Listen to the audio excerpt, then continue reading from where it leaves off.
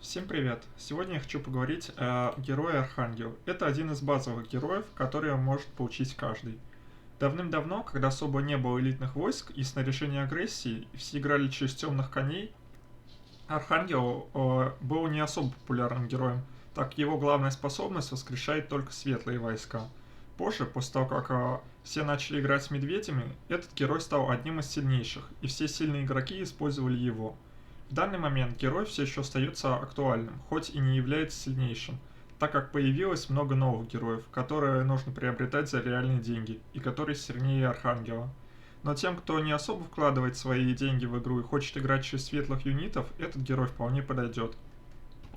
Как мы можем посмотреть, у этого героя очень высокие показатели физической атаки и защиты, но при этом маленькие показатели магической атаки и магической защиты, что может создать проблемы, когда вы сражаетесь против магических героев.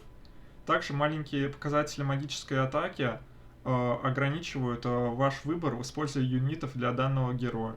Так как Архангел воскрешает только светлых юнитов и имеет низкий показатель магической атаки, то фракции, соответственно, сейчас мы можем их посмотреть, то фракция стихии и блуждающий скелет ему не подойдут. Хорошо для Архангела подойдет фракция эльфа и фракция человек. Например, если вы играете через ангелов. Джины также могут использоваться, так как они увеличивают урон ваших светлых войск, что очень важно. Хоть они и имеют магическую атаку. У эльфа же все войска светлые, и все они с физической атакой, соответственно, хорошо будут подходить Архангелу. Давайте теперь перейдем к обзору навыков этого героя. Первый навык — это у нас ослепление. Ослепляет один вражеский отряд на 2 хода. Довольно-таки неплохо, даст вам небольшое преимущество, так как вы сможете сражаться 5 отрядами против вражеских 4, но ничего более. Также ослепление может и не сработать на врага, если отряд врага выше уровнем, чем ваш навык. Также сопротивление может помочь защититься от этого навыка. Срабатывает ослепление только в начале боя. Второй навык — это у нас наказание. Стоит 10 очков души и наносит небольшой урон по одному вражескому отряду. Похожий навык есть у многих других героев. Особенность в том, что наносит в 2 раза больше урона по войскам нежити. Следующий активный навык — это у нас божественный свет, который является главной особенностью этого героя. Позволяет вылечить ваши светлые войска и даже вскрытить тех, кто умер. Интересная способность, но на практике работает не так эффективно, так как стоит аж 40 очков души, которые накопить тяжело, и коэффициент воскрешения не так высок. Те же драконы, например, когда атакуют, лечатся намного эффективнее. Пассивный навык, который открывается после пробуждения, ангельский свет, увеличивает как раз коэффициент воскрешения от предыдущего навыка, но при большом лидерстве все равно не получится воскресить полный отряд.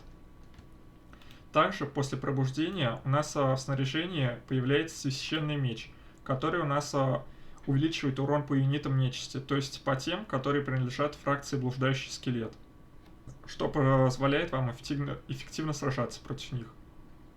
Стихия этого героя — это у нас вода. Как мы видим, вода у нас эффективна против большинства магических героев, что позволит нам компенсировать низкую магическую защиту и сражаться более или менее на равных против этих героев. Но против лорда стихии уже у нас вряд ли получится эффективно сражаться. Также Архангел в балансе против стихии воздуха, который принадлежит Картус, что оставляет ему шансы на победу против нашего героя, хоть он и использует войска нежити, против которых Архангел силен. Как и все герои стихии воды, Архангел для улучшения своих навыков использует каноны святости. Уникальный талант этого героя — это у нас физическая специализация, которая увеличивает физическую атаку и защиту юнитов, что подчеркивает, что мы должны играть через физических воинов. Талант этот хорошо может использоваться в больших мобилизациях, но на арене, если Архангел у вас не основной герой, лучше использовать какого-то другого героя для усиления всех ваших героев на арене с помощью уникального таланта, так как физическая специализация дает не так много и не очень полезна.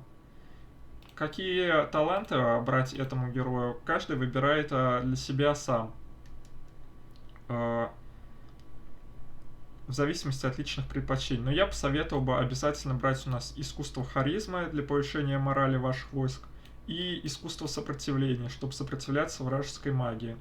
Эрозия у нас этому герою не нужна, так как наш основной навык, он не наносит урона, а воскрешает наши войска. Возможно, имеет смысл использовать подстрекательство, если ваши юниты используют какие-то важные умения. Снижение урона врага, повышение жизни, снижение морали врага и снижение вражеской атаки могут подойти этому герою, так как повысит вашу выживаемость. Позволит затянуть бой и позволит вам воскресить ваши войска, что обеспечит победу в бою. Но если у вас мало камней обновления талантов, и вы поймали искусство силы или ослабление, которое снижает жизни врага, то их можно оставить. Остальные боевые таланты уже я бы не посоветовал, так как они не так универсальны, но, возможно, именно вам они и подойдут. Тут уже нужно смотреть самостоятельно каждому, исходить из личных предпочтений.